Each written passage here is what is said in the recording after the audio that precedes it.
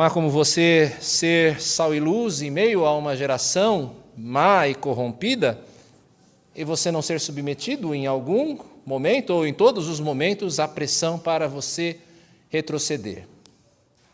Essa pressão pode se manifestar para você que é jovem na forma da tentação do sexo frágil ou de uma sexualidade distorcida, ou então as tentações do ateísmo ou do agnosticismo que negam nas nossas academias a existência de um Deus ou de um Deus pessoal.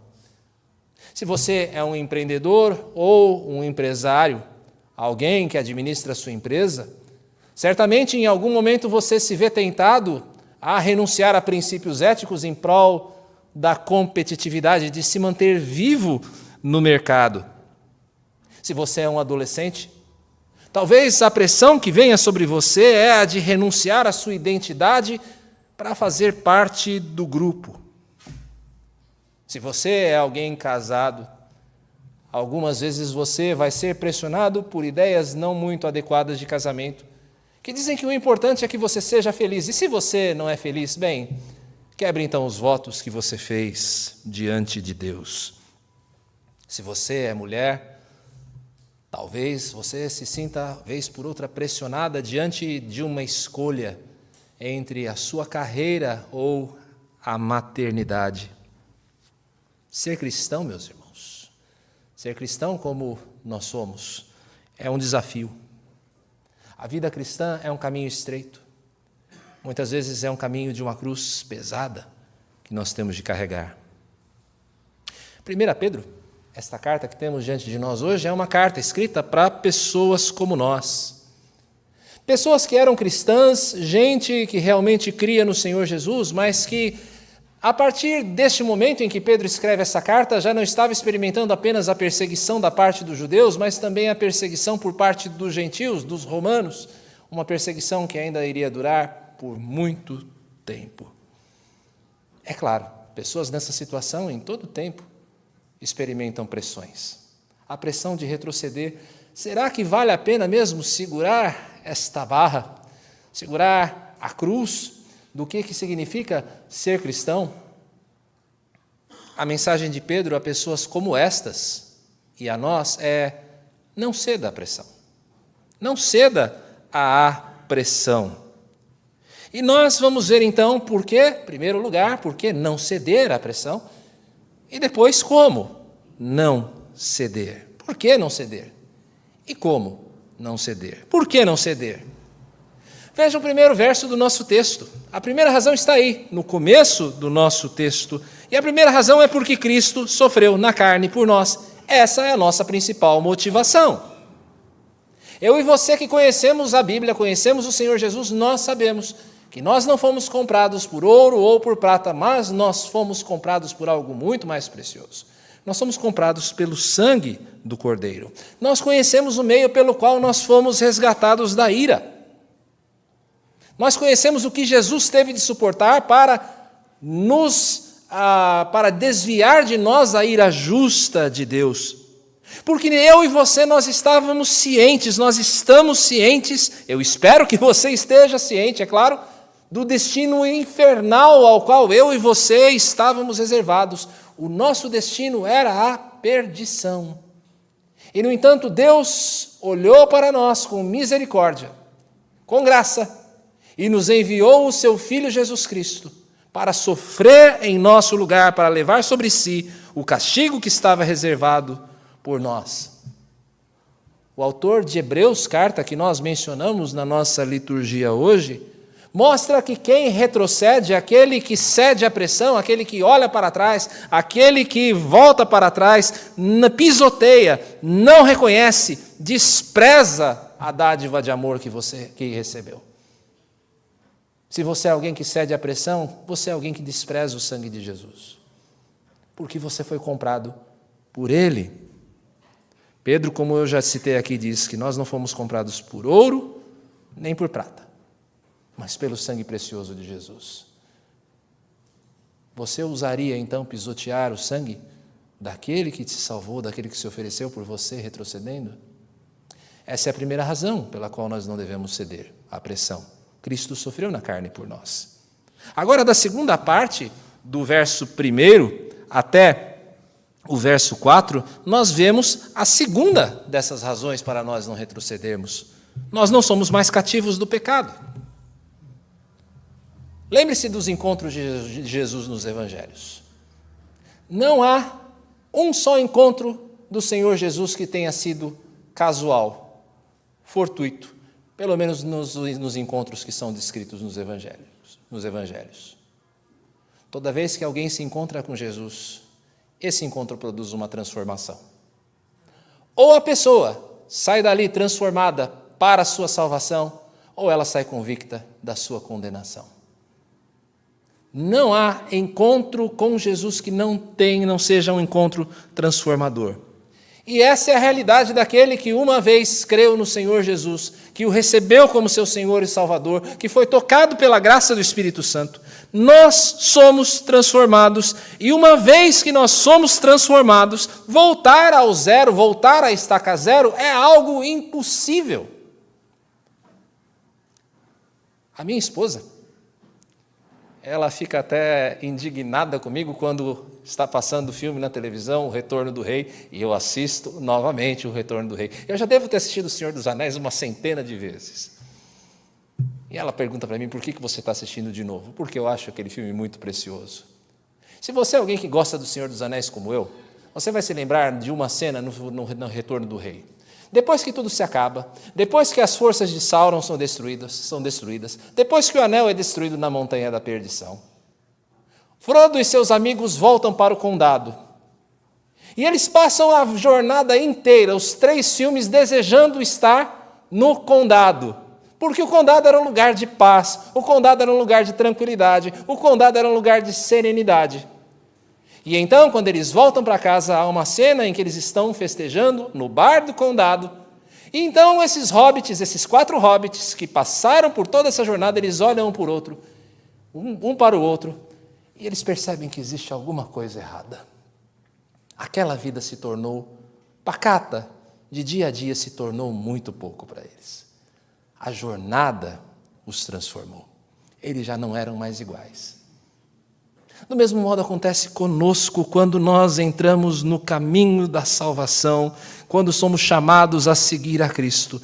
Nós somos transformados. O apóstolo Paulo em Filipenses diz que diante do conhecimento de Cristo, tudo é como, e a palavra literal aqui tudo é como esterco. Todo mais perde o seu brilho, todo mais perde a sua importância. Quem não tem a Cristo, meus irmãos, como Pedro diz aqui na sua carta, busca apenas a satisfação do seu ventre, a satisfação dos seus prazeres animais, como se a vida fosse apenas comer, beber, relacionar-se, dar-se em casamento e casar-se. Quem não tem o Senhor Jesus, quem não o conhece, vive apenas nesse patamar dos seus instintos e da satisfação dos seus apetites mais básicos. Mas isso não acontece conosco, porque nós temos em vista algo muito mais elevado. Eu e você temos e sabemos que temos um tesouro incomparável no céu. Não é a lei que nos afasta do mal. Não é o medo da punição que nos faz cumprir a vontade de Deus. Mas é o fato de que nós sabemos que existe algo muito maior para o qual nós fomos chamados. É o poder, é a beleza da glória de Cristo que rompe com o jugo do pecado, com a escravidão do pecado. Nós deixamos de ser escravos do pecado, meus irmãos, como Paulo diz em Romanos. Eu e você deixamos de ser escravos do pecado para passarmos a ser servos da justiça. O velho homem morre para ressuscitar como filho de Deus. O velho homem morre, e morre com ele as nossas antigas ambições, as coisas que antes nos satisfaziam, e nos é dada uma nova fome, uma nova necessidade, uma necessidade de viver para a glória de Deus. Simplesmente porque nós descobrimos que existe algo muito maior, muito mais valioso, pelo qual importa que nós vivamos e morramos nesse mundo. Se nós retrocedemos, como diz mais uma vez o autor de Hebreus, que outra esperança há? Será que nós podemos encontrar algo melhor do que aquilo que nós já encontramos? Ou tudo que resta para nós, se nós retrocedermos, é uma expectativa de juízo? Leve em conta também aqui a questão da perseverança dos santos, porque é impossível voltar de onde você começou para aqueles que estão em Cristo. É aquela voz do Espírito que nos chama irresistivelmente a voltar quando nós nos afastamos. Eu sei que você que é salvo, você conhece isso. Às vezes nós entramos em períodos da nossa vida em que a nossa espiritualidade é fria, em que o relacionamento com o Senhor se esfria, em que nós às vezes nos afundamos em um ou outro pecado, voltamos aos nossos velhos caminhos, mas a voz do Espírito que fala conosco através da Escritura não nos deixa em paz. Você sabe que não dá para voltar para a estaca zero. Você sabe que não dá para voltar de onde você começou. Porque nós temos a mesma consciência que moveu o profeta Oséias, de que eu e você estamos amarrados a Deus por laços de amor, por cordas de amor, e Ele nos puxa de volta. Não retroceda, não lute contra aquele que está te chamando de volta. Mas há uma terceira razão ainda, pela qual nós não podemos retroceder ou não devemos retroceder, que está aí no versículo 5, até a primeira parte do verso 7. E essa razão, além de que Cristo sofreu na carne por nós e que não somos mais cativos do pecado, é que no final, todos teremos de prestar contas a Deus. O que é que você faria hoje?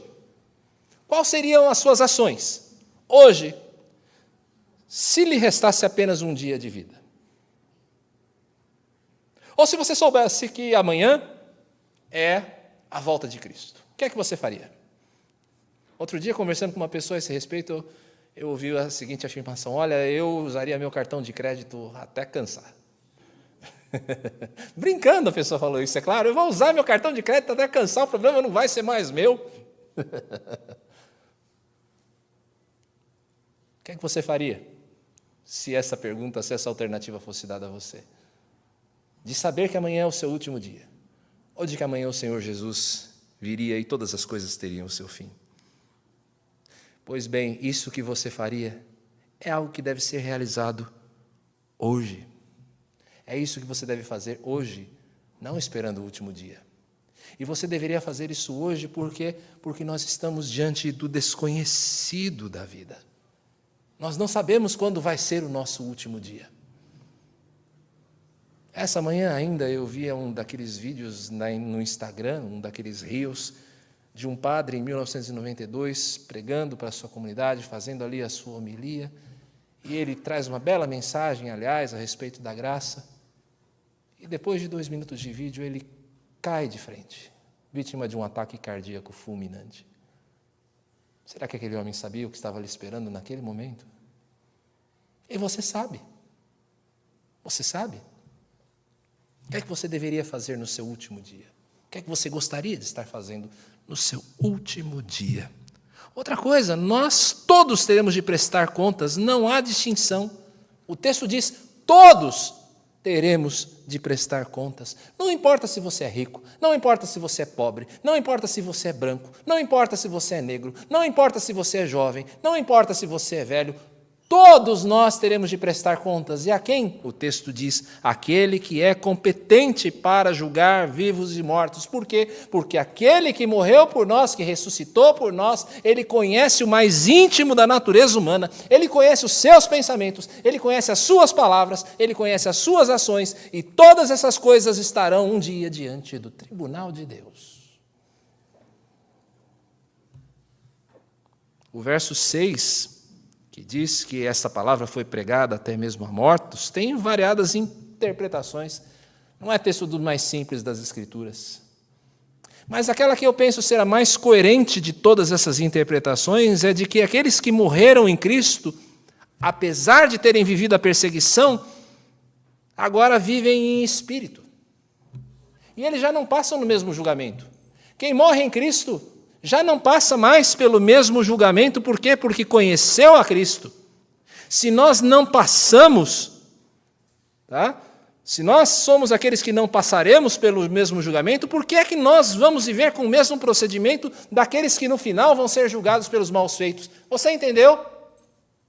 Se você é alguém que não vai passar por julgamento, então por que você vive como aqueles que um dia irão passar? Por que viver assim? Por que ceder à pressão? Para compartilhar o mesmo destino deles? Há ainda um alerta aqui para nós no verso 7, na primeira parte. O fim está próximo. O fim está próximo. Na segunda carta de Pedro existe um aviso solene para nós, a nós não nos deixarmos enganar pela aparente demora na vinda do Senhor. Porque se o Senhor está demorando a vir para julgar vivos e mortos, é exclusivamente por causa da sua paciência, esperando que aqueles que estão reservados para a salvação sejam alcançados pela palavra da graça.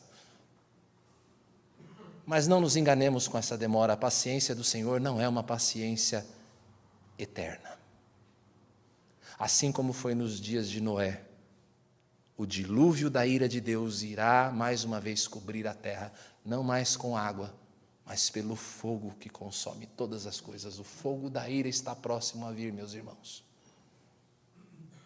O Senhor Jesus nos alerta, vocês sabem observar os sinais dos céus. Falando aos judeus, ele fala, vocês sabem olhar os sinais dos céus e dizer quando vai fazer sol ou quando vai chover.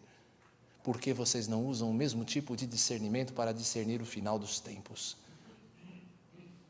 Abra os jornais de cada dia, assista os jornais, vejam os sites de notícia.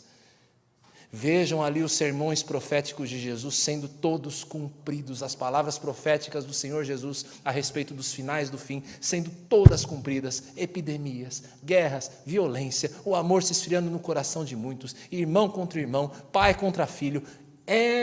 São os sinais de que este dia está se aproximando, o fim está próximo. Pergunto eu, então, você tem vivido como alguém que há de prestar contas? Você está pronto para arcar com o custo de retroceder? Pode ser que você vá ter de prestar contas a Deus daqui a 10 anos ou 80 anos. Pode ser quando você vai sair desse culto. Aliás, pode ser até antes de você sair dele. Você está pronto a prestar contas com o teu Deus? Ao teu Deus? Você está preparado? Por que é que nós não devemos ceder? Porque Cristo se entregou por nós. Porque nós não somos mais cativos do pecado. E no final, todos nós teremos de prestar contas a Deus. Agora, como viver em meio à pressão? Como viver em meio à pressão? Pedro vai seguir mostrando então como é que você deve viver, como é a vida dos que resistem à pressão por retroceder. Verso 1, esteja pronto a sofrer. Esteja pronto a sofrer. Dietrich Bonhoeffer é um autor muito conhecido, até por causa de sua história de vida, foi alguém que perdeu a sua vida num campo de concentração nazista ao final da Segunda Guerra Mundial. Ele que escreveu O Custo do Discipulado, um livro importantíssimo dentro da visão do discipulado cristão e do custo, né, do que isso implica. Bonhoeffer escreve que, abre aspas, quando Cristo chama um homem, ele ordena que a pessoa venha e morra. Ele ordena que a pessoa venha e morra. Tão diferente do que a gente ouve por aí, não é verdade, a respeito do Evangelho? Venha e morra, é a ordem de Jesus para nós. Meus irmãos, o cristianismo é religião de cruz. O cristianismo é a religião da cruz. E ele é a religião da cruz, não apenas a cruz de Cristo, mas é a religião da nossa cruz também. Quem quer seguir a Cristo deve estar disposto a tomar a sua cruz, a negar a si mesmo. Você tem que estar pronto a sofrer. Se você não quer ceder à pressão, esteja pronto para o sofrimento. Pedro vai dizer mais abaixo, nesse mesmo capítulo 4, que o sofrimento para o cristão não é algo estranho. Não é algo inesperado. Se você quer servir a Cristo, você precisa saber, você vai sofrer nesse mundo. Se você quer permanecer firme, saiba, vai vir sofrimento. Não ceda à pressão. Se você quer viver em meio à pressão, veja o verso 6, viva em espírito. É claro que essa vida em espírito está se relacionando àqueles que morreram em Cristo, morreram crendo nas promessas do Evangelho. Essa já é a realidade eterna dos servos de Cristo. Mas se ela é a realidade eterna dos servos de Cristo, ela é a realidade eterna dos servos de Cristo, inclusive hoje. Nós somos daqueles que vivemos também em espírito. E o que significa, pastor, vida em espírito? É vida guiada pelo Espírito. É o Espírito que ilumina a Escritura. É o Espírito que nos exorta. É o Espírito que nos anima à santificação. É o Espírito que nos consola nas promessas da glória. É o Espírito que nos cela com as promessas da redenção. Viva em espírito. O que significa isso? Você ter mente e coração moldados pelo reino. E nós devemos reconhecer que muitas vezes a nossa mente, o nosso coração não são moldados pelo reino, mas são moldados pela mídia, são moldados pela ideologia, são moldados por valores que são estranhos à Escritura. Vida moldados pelo reino, não pelos sistemas corrompidos que às vezes usam a força para tentar nos seduzir. Viva em espírito, na direção do Espírito de Deus, se você não quer ceder à pressão. Verso 7, terceira forma de viver em meio à pressão: exercite critério e sobriedade. Critério e sobriedade. Viva a luz do fim que se aproxima. Se nós falamos que o fim está próximo, viva de acordo com essa perspectiva. Viva de maneira sóbria. Viva de maneira criteriosa. Não viva como os contemporâneos de Noé, que durante anos e anos ouviram aquele homem dando as suas marteladas, e cada martelada, cada prego cravado naquela arca de salvação era um testemunho de que o juízo de Deus estava próximo. Mas eles não queriam ouvir. Eles se embebedavam, eles se corrompiam, eles se davam em casamento, até o dia em que a primeira gota caiu e a porta da arca se fechou. Exercite sobriedade, livre dos prazeres, livre das preocupações mundanas. Nós cristãos precisamos aprender o prazer da vida comum do lar. Algo belo que Pedro mesmo fala, o prazer da vida comum do lar. Não de uma vida extravagante, mas de uma vida simples, em que pais amam seus filhos e filhos que amam e se submetem aos seus pais, em que esposos são esposos de uma só mulher e têm olhos apenas para ela, achando-a a mais bela de todas as mulheres, não importando quantos anos tenham se passado. O prazer de você ter satisfação naquilo que Deus coloca nas tuas mãos, e tendo que comer, beber e vestir, estejamos contentes. Não é que você não deve buscar o melhor para a sua família, não, mas se você tem o necessário, esteja feliz, esteja satisfeito, você já está muito melhor do que a maioria das pessoas desse mundo. Vida comum do lar, vida sóbria, procedimento temperante e moderado, não dado a vícios, não dado a excessos, controle das suas finanças, não apenas para você mesmo, mas para atender ao necessitado, para prover para as obras do reino. Prazer da contemplação da beleza de Deus. Um prazer que você tem quando você abre a janela do seu quarto e você vê as belas obras que Deus fez, direta ou indiretamente por meio das mãos dos homens. Você anda pelo centro de São Paulo? Geralmente a gente anda pelo centro de São Paulo com a cabeça baixa, né? Apressado, e tudo que você vê é lixo, não é verdade? Uma cidade às vezes mal cuidada, cheia de buracos. Já parou para andar pelo centro de São Paulo? É claro, com critério e cuidado. Não com a cabeça nas nuvens, mas de vez em quando olhe para cima. Quanta beleza na arquitetura da cidade. Não é verdade? Obras que Deus faz através dos homens, sem até mesmo que eles percebam. Ou quando você vai para um belo lugar, de você parar e contemplar o que Deus faz. Uma experiência muito gostosa que eu tive há alguns anos, e eu gostaria de repetir mais, mas as circunstâncias não permitem com muita frequência, em que eu fui para um acampamento ainda da Atalaia, na época que eu pastoreava lá, e a minha família não pôde ir comigo, e eu peguei minha moto e eu fui, e pegando uma estrada curta, acho que é Raposo, daqui até Mairinque, em um determinado momento eu encostei no acostamento e eu olhei para a mata do outro lado e eu vi quanta beleza, coisa que eu não veria talvez se eu estivesse de carro. Quanta beleza existe no mundo. Quanto tempo faz que você não para contemplar tão somente? Tão apressado, tão na correria, tão na dificuldade da rotina, desgastando a si mesmo, a sua mente, a sua saúde. Quanto tempo faz que você não para contemplar os seus filhos, a graça de Deus revelada nas crianças que Deus dá para a nossa casa, para a nossa igreja? Às vezes a criança, vamos ser bem sinceros, às vezes criança na igreja é um negócio difícil, né? A gente se incomoda com o barulho que elas fazem. Mas cada vez que você vê uma criança correndo pela igreja, tenha um pouco de paciência, porque é um testemunho da fidelidade de Deus, da bênção dele sobre as famílias da aliança.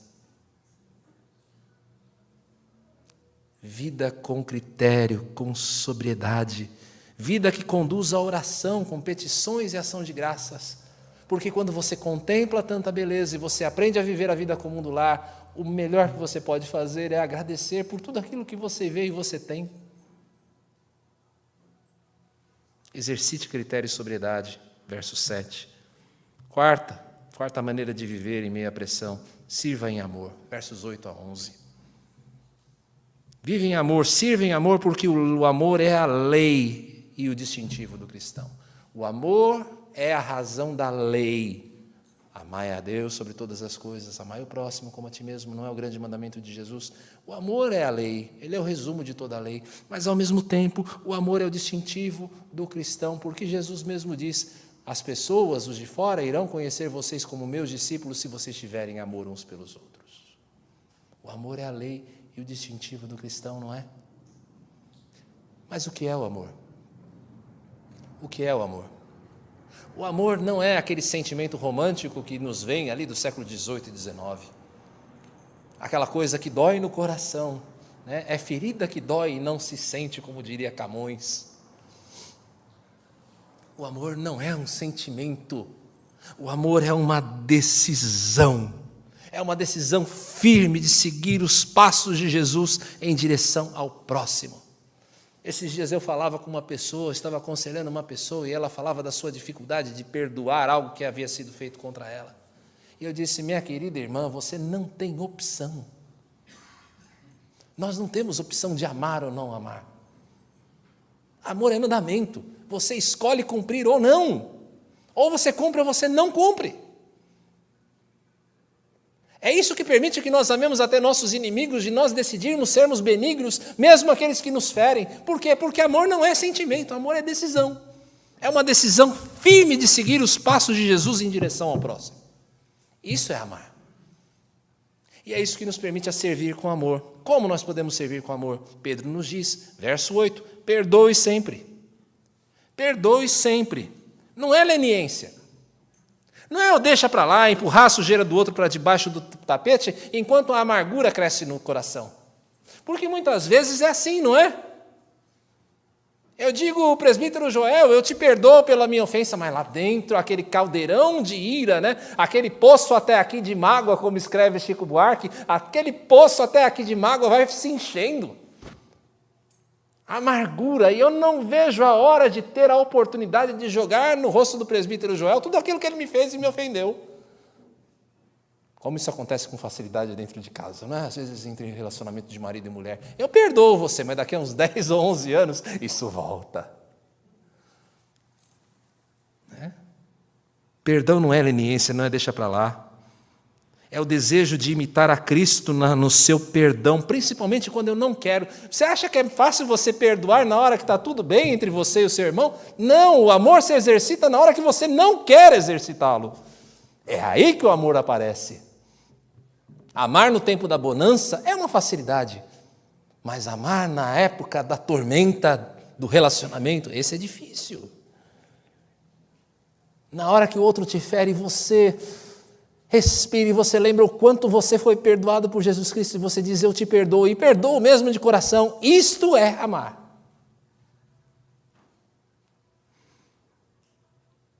Sirva em amor também praticando a hospitalidade, porque o amor, ele abre portas.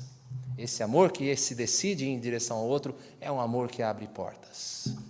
E ele abre as portas da casa, significa abrir as portas da sua casa, àquele que precisa. Significa você abrir a conta do banco para aquele que precisa e exercitar generosidade. Mas principalmente significa você abrir a porta do coração para o outro. Meus irmãos, como isso é difícil na igreja de hoje. Abrir as portas de casa, até é fácil. Abrir a conta do banco, um pouco mais difícil. Mas abrir as portas do coração.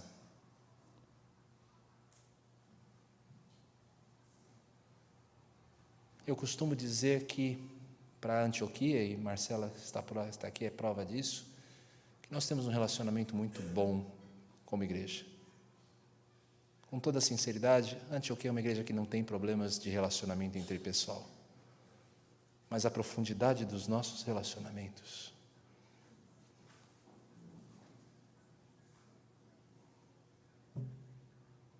Falta abrir a porta do coração. E eu acho que esse não é um prejuízo apenas da Antioquia. Presinto que esse seja um desafio para toda a igreja, porque nós vivemos em dias de completo isolamento, de portas fechadas. Às vezes isso acontece dentro da sua casa. As pessoas estão todas ao redor de uma mesa, cada um com o seu celular na mão, ninguém se conversa. O relacionamento sofre. Às vezes a gente vê isso na igreja. Vocês conhecem a Antioquia, vocês sabem. Tem dia que eu acho tristemente engraçado. Acaba o culto, a gente vai lá para a sala do café, todo mundo com seu copinho de café na mão, comendo alguma coisinha, e na outra mão o celular. Praticar a hospitalidade é abrir o coração, para que o outro entre e eu o sirva com amor. É assim que eu não cedo à pressão. É me negando a viver essa época de isolamento em que nós estamos, essa bolha em que nós vivemos.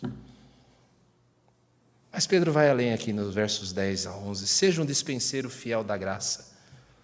Meus irmãos, nós não somos apenas receptores da graça. Infelizmente, o cristianismo hoje, em muitos lugares, se tornou um cristianismo egoísta, em que eu venho para a igreja para receber alguma coisa. Ou eu vivo a minha fé de uma maneira que Deus ele se torna o meu servo. Eu me relaciono com Deus porque Ele me atende. Eu não sou um dispenseiro, eu não sou o dono da graça. A graça foi dada a mim como dispenseiro. E eu devo administrar essa mesma graça como um bom administrador, como um mordomo, conforme o dom que eu recebi. Quando Paulo fala sobre isso em Efésios 4, cada um servindo conforme o dom que recebeu, ele fala que cada um de nós deve cooperar uns com os outros na justa cooperação, discernindo o chamado de cada um. Se o Senhor me chamou para o pastorado, eu devo servir cuidando de pessoas com o máximo de afinco que eu posso. Com o máximo de afinco que eu posso, como um dispenseiro da graça de Deus, conforme o dom que eu recebi. Se você é alguém que foi chamado para ser um evangelista, use desse dom com toda a sua dedicação.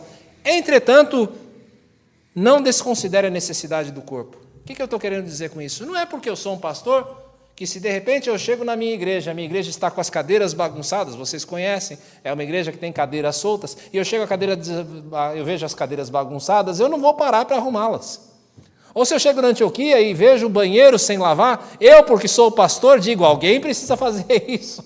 Não, eu mesmo arregaço as mangas e vou lá. Isso é que não é desconsiderar as necessidades do corpo. Isso é um ato de amor ao povo de Deus. Mesmo que o meu chamado não seja esse. Nós somos dispenseiros de uma graça multiforme, porque a graça se manifesta em anúncio, em perdão, em generosidade, em gentileza, mesmo a quem nos fere. Existem N maneiras de você administrar a graça. Como é que nós administramos? Pedro vai falar aqui de duas maneiras no verso 11. Primeiro, nós somos bons dispenseiros na palavra. E seremos bons dispenseiros na palavra se nós falarmos de acordo com os oráculos de Deus. Se nós formos fiéis à palavra. Se aquilo que nós falamos não seja apenas fruto do bom senso humano. Não é dito que de boas intenções o inferno está cheio? Então eu não falo de acordo apenas com um bom senso, mas eu falo de acordo com aquilo que Deus diz. E às vezes aquilo que Deus diz na sua palavra contraria o bom senso humano. Contraria aquilo que nós chamaríamos de bom senso. Eu citei do empresário, não é verdade? Que precisa, às vezes, se sente pressionado a renunciar a padrões éticos para se manter no mercado. Pense, por exemplo, num empresário, eu não sei se há algum de vocês aqui que trabalhe na área de importação. E de repente você compra um container que chega ao Porto de Santos. Despacho aduaneiro. É uma coisa você ter um container lá no Porto de Santos e de estar disposto a ceder aos seus padrões éticos. Seu container vai sair em uma semana ou coisa assim. Mas se você não entra no jogo, e você sabe de que jogo eu estou falando, é bem possível que você vai esperar 2, 3, 4 meses, e isso, se você vai conseguir a liberação. Não é de bom senso, então, talvez você entrar no jogo? Mas nós não somos guiados pelo bom senso. Ah, pastor, eu sou um adolescente. E se eu não ceder, eu vou ficar sozinho na minha sala, no meio do meu grupo. Todo mundo vai ter a sua panelinha, mas eu não. Não é bom senso. É palavra. Pastor, eu sou uma mulher casada, eu tenho filhos. Eu quero ver minha carreira deslanchar, eu quero ver minha carreira crescer. Não é isso que a sociedade prega até hoje? Bom senso. Você foi chamada para viver no bom senso, minha irmã? Ou de acordo com o que a palavra diz? Qual é o seu principal ministério, segundo a sua palavra? Não é tarefa fácil você viver de acordo com a Escritura, porque é dito a respeito deste nosso mundo que as pessoas estão como que com coceira nos ouvidos. Elas querem ouvir apenas aquilo que as agrada, e se você não as agrada, você está sujeito ao tal do cancelamento. Não me julgue. Você já viu essa frase dentro da igreja? Eu já. Você está me julgando, não me julgue. É difícil você viver de acordo com a palavra. Mas a palavra é o que é necessário para curar a alma. A palavra é um antibiótico, ela não é um antitérmico. Ela não vai tratar apenas os sintomas, ela vai tratar a raiz dos problemas. Você precisa da palavra. Viva de acordo com a palavra. Seja um dispenseiro fiel da palavra. É a palavra, segundo o autor de Hebreus, mais uma vez, que é como uma espada capaz, que é afiada, capaz de separar juntas e medulas. Lembra disso? Você precisa da palavra. As pessoas precisam. Seja um bom dispenseiro da palavra. Nós administramos graça também no procedimento. Pedro fala que nós devemos servir na força que Deus dá. O que significa isso? Significa dando a conhecer a nós e a outros de onde vem a capacitação. O que é que me torna capaz de ser um bom dispenseiro? Se não a própria graça de Deus. Esse é um reconhecimento necessário porque gera humildade, gera confiança, gera certeza de resultado e que produz, em última instância, o crescimento do corpo e a glória de Deus. É o que Pedro está falando aqui.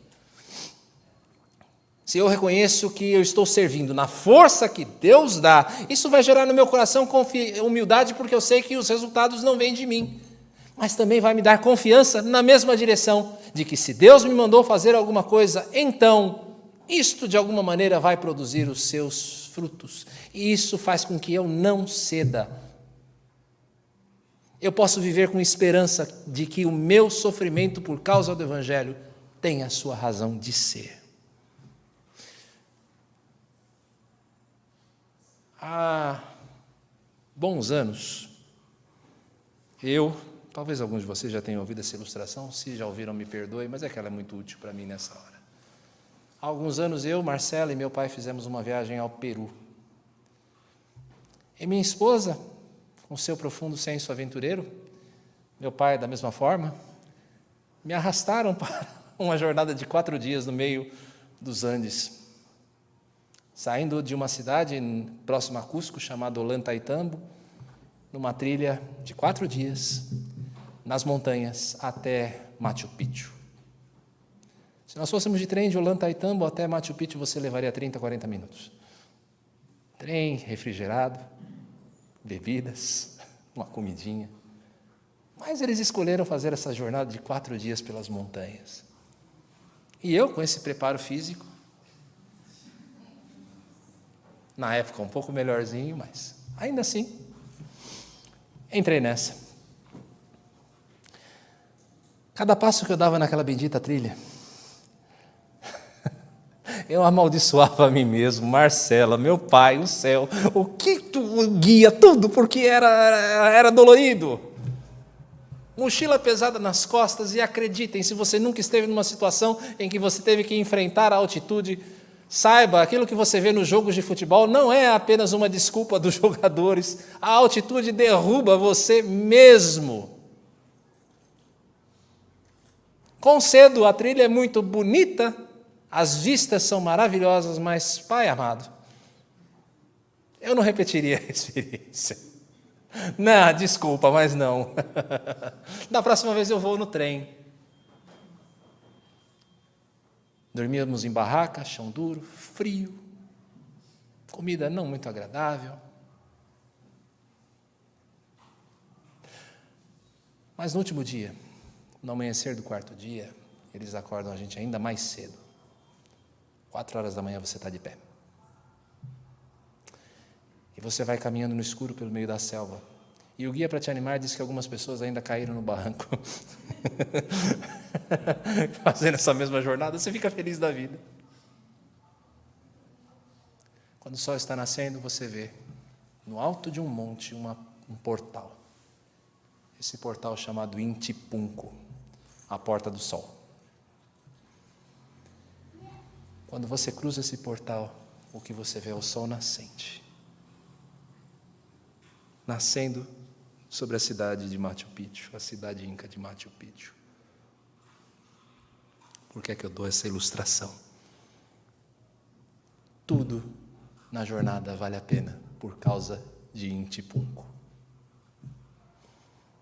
Naquele momento em que você cruza aquela porta, você esquece da altitude, da dor nas pernas, do cansaço da mochila, você esquece de tudo.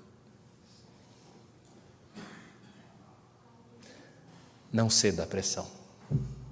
Não ceda à pressão por desistir. Como eu tantas vezes quase cedi na trilha. Não ceda à pressão. Agonize. Porque persistência na Bíblia tem essa tradução de agonia. Agonize se for necessário.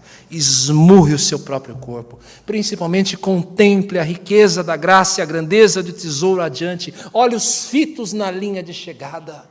Você está numa corrida, não ceda à pressão, continue a marchar até que você veja a linha de chegada claramente diante dos teus olhos. Será que o peso da cruz vale a pena a ponto de você não retroceder? Abra sua Bíblia, por favor, em Atos 7, versos 54 a 60, e eu vou encerrar com esse texto. Será que vale a pena o peso da cruz? Pergunte a Estevão, o diácono aí do livro de Atos. Diante da sua pregação, e eu entro no texto, ao ouvirem isto, ficaram com o coração cheio de raiva e rangiam os dentes contra ele. Mas Estevão, cheio do Espírito Santo, fitou os olhos no céu e viu a glória de Deus e Jesus que estava à direita de Deus. Então disse: eis que vejo os céus abertos e o Filho do Homem em pé à direita de Deus. Eles, porém, gritando bem alto, taparam os ouvidos e unânimes avançaram contra ele, expulsando-o da cidade, o apedrejaram. As testemunhas deixaram as capas deles aos pés de um jovem chamado Saulo. Enquanto o apedrejavam, Estevão orava dizendo: Senhor Jesus, recebe o meu espírito. Então, ajoelhando-se, gritou bem alto: Senhor, não os condenes por causa desse pecado. E depois que ele disse isso, morreu. Você acha que não ceder à pressão valeu a pena para Estevão? vejo os céus abertos e o Filho do Homem em pé à direita de Deus. Você acha que valeu a pena não ceder à pressão?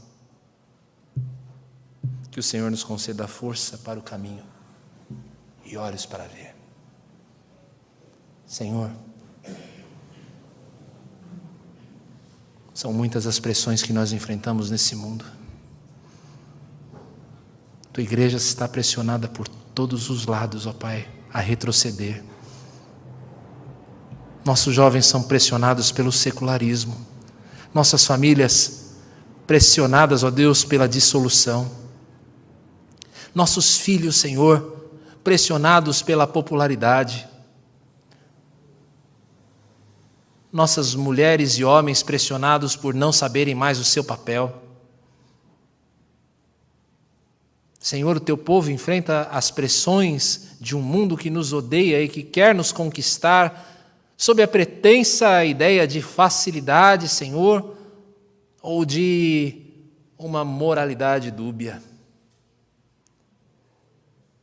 Dá-nos olhos para ver, Senhor. Que nós não cedamos à pressão, ó Deus, conscientes do preço que foi pago por nós, da grandeza daquilo que nós recebemos e que nos impossibilita voltarmos atrás, da consciência de que o fim está próximo, Senhor. Abençoa-nos a viver, ó Deus, apesar da pressão, confiantes em Ti, vivendo em espírito, dispostos a sofrer, como despenseiros da graça. Pai querido, vivendo em amor, ajuda-nos, Senhor, porque somos frágeis, a nossa disposição às vezes fraqueja. Nós ouvimos uma mensagem como essa, Senhor, e saímos daqui talvez animados, ó Pai Santo, a não cedermos à pressão, a termos um dia diferente, uma semana diferente, mas, ó Pai, às vezes o nosso ânimo arrefece diante da primeira dificuldade, diante do primeiro desafio. Dá-nos olhos para ver, Senhor. Renova em nós, ó Deus, o Teu Espírito. Guia-nos, Senhor, por Ele a cada dia. Aviva, Senhor, em nós a Tua obra, ó Pai, a fim de que possamos viver de uma maneira que Te agrade e que Te sirva em todos os momentos, que promova a glória do Teu nome, Senhor. Concede esta bênção a Betel, concede esta bênção a Antioquia, Senhor. Concede esta bênção às pessoas que nos assistem de casa. Concede essa bênção, Senhor, à Tua igreja, onde quer que ela esteja nesse país e nesse mundo. Aos nossos irmãos que estão debaixo de perseguição. Senhor, que eles não cedam à pressão, mas permaneçam firmes. Que nós vejamos, ó Senhor. Dá-nos olhos para ver. Assim nós oramos a Ti, ó Pai, em nome e no amor do Senhor Jesus. Amém.